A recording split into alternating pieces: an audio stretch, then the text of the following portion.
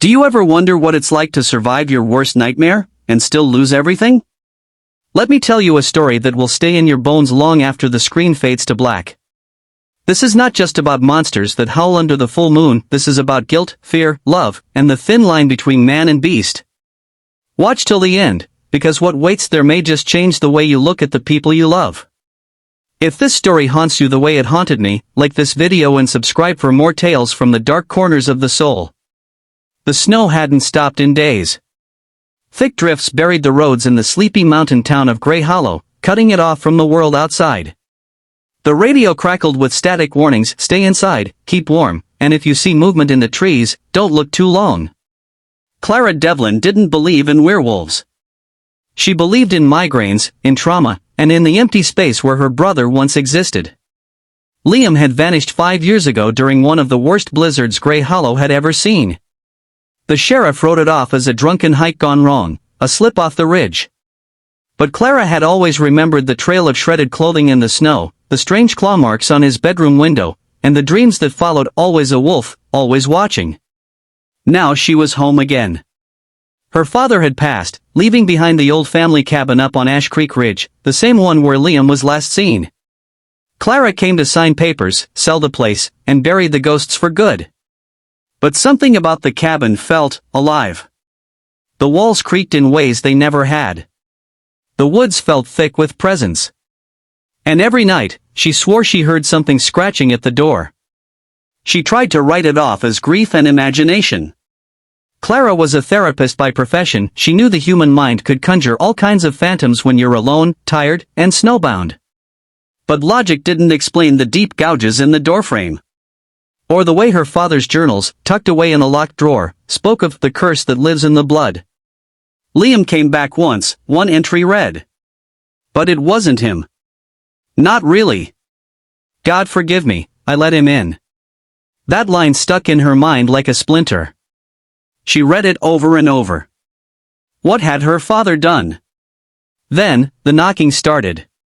Not from the front door, but from inside the walls.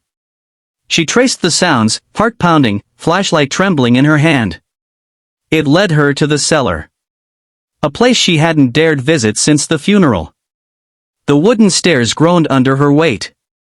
The air was colder down there, rank with mildew and something else, something like copper and rot. In the far corner, under a heavy tarp, she found the cage. It was large. Welded iron. Broken open. There were claw marks all over the concrete floor. And blood. Old, brown-black smears, like something had paced and struggled, over and over. She ran. Not away, but upstairs, to her father's room, where she tore through old documents, letters, medical records. She found reports of Liam's visits to a clinic upstate. Experimental treatments. Behavioral charts. One photograph, taken in the moonlight, showed eyes that were no longer human. A mouth twisted in agony and hunger. Liam had lived. For a while. Her father had hidden him, treated him like an animal, until he either escaped, or changed too much to stay. That night, the howling began. It wasn't distant. It was just beyond the window, deep and low, like a morning song. Clara didn't sleep. She kept the rifle beside her bed, loaded, just in case. At dawn, the snow stopped. And someone knocked on the door. Not scratched. Knocked. 3 slow taps. She opened the door to a man. Ragged. Bearded. Eyes sunken and yellowed at the edges. But unmistakably, terrifyingly, Liam. He didn't speak. He just stood there, snow clinging to his shoulders, breath steaming. When she whispered his name, he nodded once. A tear rolled down his cheek. And she let him in. For the first day, they didn't speak much. He ate whatever she gave him. His hands trembled. His skin bore old scars, bite marks, claw wounds, even burn lines. She saw the man in him still, and something in her cracked wide open. He was her brother. He was alive. But the signs were all there. The way his eyes darted to shadows.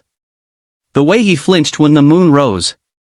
And worst of all, the chains he asked her to lock him in before the next full moon. "I can't fight it anymore," he whispered, voice shaking. "But I don't want to hurt you. Please, Clara. You have to be strong enough to stop me." She did what he asked. She chained him in the basement. Reinforced the cage. Sat outside the door and cried until she couldn't cry anymore. When the moon rose full, he screamed. Bones cracked.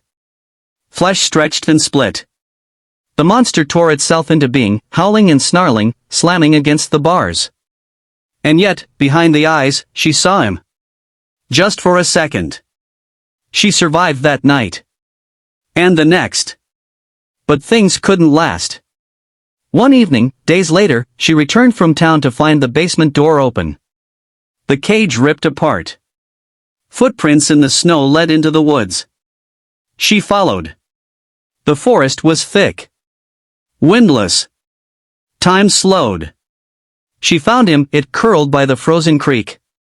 The wolf's breath came in ragged wheezes. It didn't growl. Didn't charge. Just looked at her.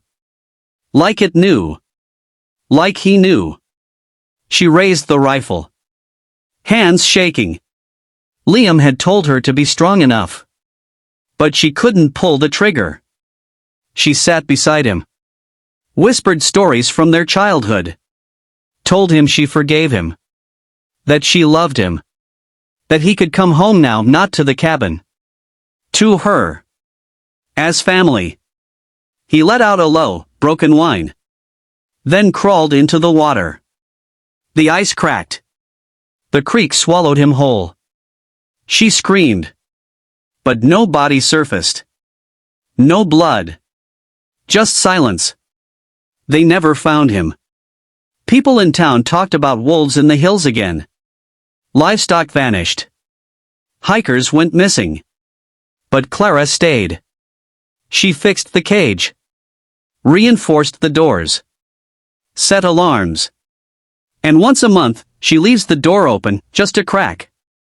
Because sometimes, when the wind howls right, she hears footsteps. Slow. Familiar. She doesn't know if she's waiting to save him. Or if he's waiting to save her.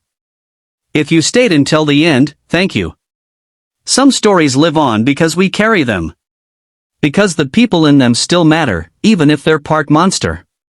If this one moved you, or made you look twice at the shadows, hit that like button. Subscribe for more haunting tales. And remember, home is not always safe, especially when the wolf comes home.